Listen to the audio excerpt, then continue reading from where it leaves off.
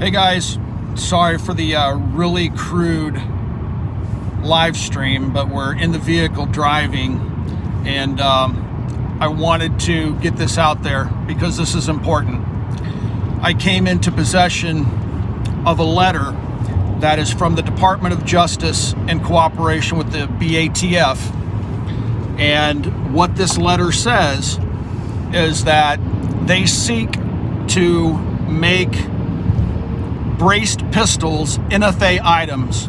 Now, this is just a letter. It's open for comments. It will be published to the Federal Register in the next 12 to 48 hours. And when this thing goes live, we'll have 2 weeks to comment on it. But what does it do? Well, the letter goes on to talk about how braces, why they were originally designed and approved, how many brace designs have gone beyond the original concept of stabilizing one-handed usage of these pistols that braces are attached to, things they've been selling for 8 or more years, by the way, many of which have been approved for the ATF for use and resale. They're now trying to reclassify as stocks. And if you have a braced pistol, according to this letter, based on certain criteria, it will be deemed to be an illegal SBR. What is that criteria? Well, in typical ATF and Department of Justice language, it's a bunch of nonsense. They claim that they're trying to help the industry and the public to better understand what constitutes a legal brace pistol versus an illegal SBR. They go on to break down what those things might be, but give no solid information around what these items are. So let's go through those items. Things like caliber. They don't say what caliber, but the caliber of your pistol may lead the ATF to determine your individual gun is an illegal SBR. They will not give industry-wide guidance. Okay, they're not going to give industry-wide guidance, say this caliber with this optic, with this brace, we consider to be an illegal SBR. No, they don't want to do that. It has to be a case-by-case basis, and depending on how you configure your personal property with a brace on it, if you put, say, an LPVO on it that has a limited eye relief, or you put it onto a firearm that has a slight angle to it, up or down, that doesn't readily lend itself to aiming with one hand. If you put something like a drum magazine in it, which makes it too heavy to fire one-handed even with the brace, or if you do something like maybe put a bipod on it, whatever, certain criteria, which they will not elaborate on, may lead the ATF to determine your particular gun is not a legally braced pistol, but is in fact an illegal SBR, and now you get jammed up for 10 years in federal prison. There will still be things, there still will be legal braced pistols based on the configuration. From this letter, you won't know exactly what that configuration is because they don't want to tell you. But there will be legal braced pistols, and then there will be illegal SBRs based upon what they want to do with this rule change. Now, they give you some options.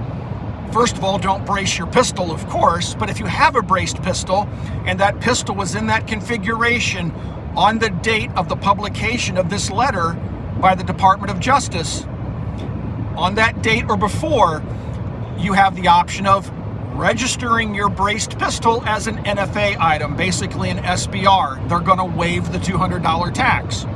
Or you can permanently remove your brace from your pistol and destroy the brace. Or you can destroy the firearm. Or you can surrender the firearm. Or you can add a barrel to it that increases the barrel length over 16 inches, and then you got the whole 29-inch rule thing too as well.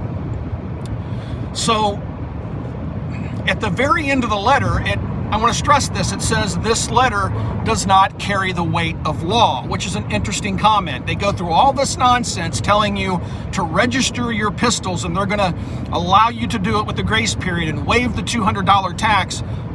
But this determination of this letter, even if it goes through, doesn't necessarily carry the weight of law.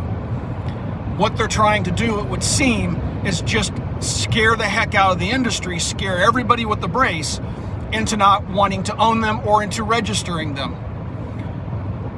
What does it mean for you, the individual? How do you know if you have a legal or illegal pistol? You don't know. This letter gives you no clarification whatsoever.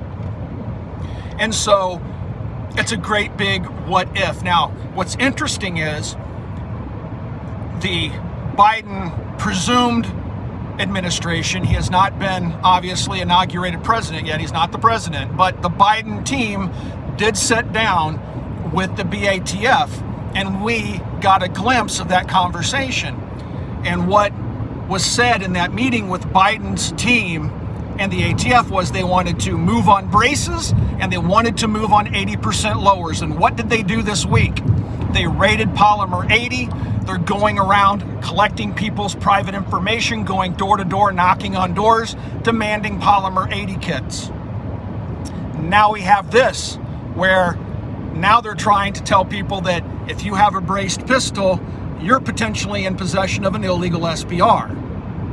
So this is just an inkling of what we have to look forward to for the next 4 to 8 years, or who knows, maybe longer. The Republicans have screwed us just as hard as the Democrats, and Trump is still the president. You need to let President Trump know that you don't want to stand for this. None of us want to stand for this. Our line in the sand has to be getting close to being crossed if it hasn't been crossed already. We need to say no more of this BS. We need to let President Trump know that while he's president, he needs to rein in the Department of Justice and the BATF and make them stop this nonsense before it even starts. Will he do it? No, he probably won't, because as I warned you guys years ago, when Trump was directing the ATF to do this with braces, I said it wasn't going to stop with braces, and it hasn't. They did it with bump stocks. What they were doing with bump stocks, they were going to do again and again and again. Use that same method, and that's exactly what they're doing with braces. That's exactly what they're doing with Polymer 80s, and that's what they're going to continue to do with things like self-loading rifles. You remember when the GOA was putting out notices saying that it's possible, based on what the administration has done with the bump stocks, it's not out of the realm of possibilities that they could do the exact same thing with semi-automatic rifles? Yes, they can, and they're proving that right now. So you need to get politically active. You need to start blowing up the White House phone lines and sending every email you can. Be polite.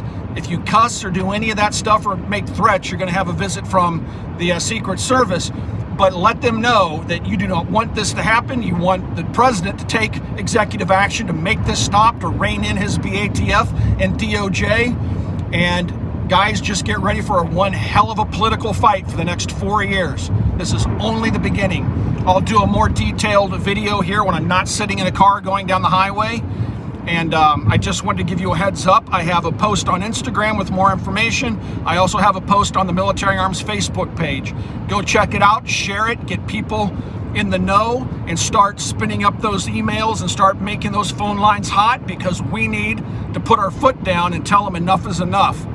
And if that doesn't do it, then we're going to have to start talking about other options. I'll talk to you guys soon. Thank you for watching.